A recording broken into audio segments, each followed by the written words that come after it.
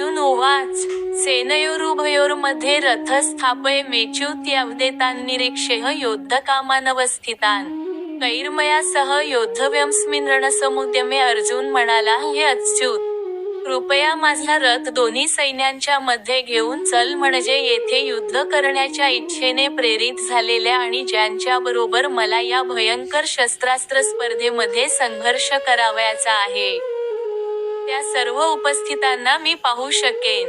तात्पर्य: श्रीकृष्ण जरी पुरुषोत्तम श्री भगवान असले तरी त्यांच्या अहैतुकी कृपेमुळे ते आपल्या मित्राची सेवा करीत होते.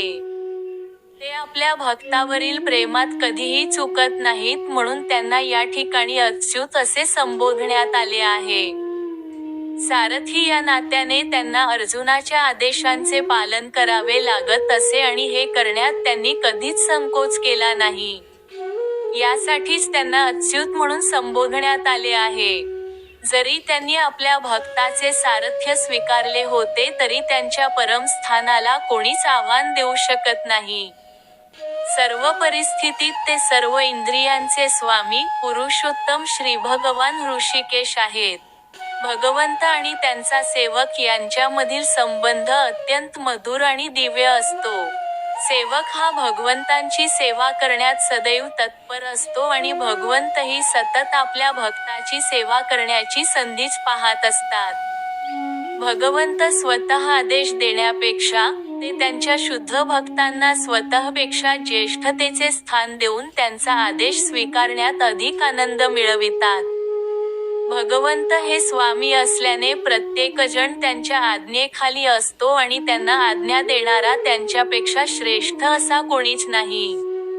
परंतु जेव्हा ते पाहतात की त्यांचा शुद्ध भक्त त्यांना आज्ञा देत आहे, तेव्हा जरी ते सर्व परिस्थितीत अच्युत असले तरी त्यांना दिव्यानंद प्राप्त होतो.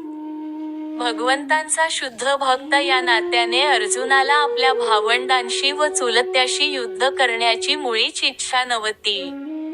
पण दुर्योधन हट्टी असल्यामुळे आणि शांततामय वाटाघाटी करण्यास कधीच तयार नसल्यामुळे अर्जुनाला युद्धभूमीत येणे भाग पडले. यासाठीच युद्धभूमीवरील उपस्थित ज्येष्ठ व्यक्तींना पाहण्यास तो उत्सुक होता.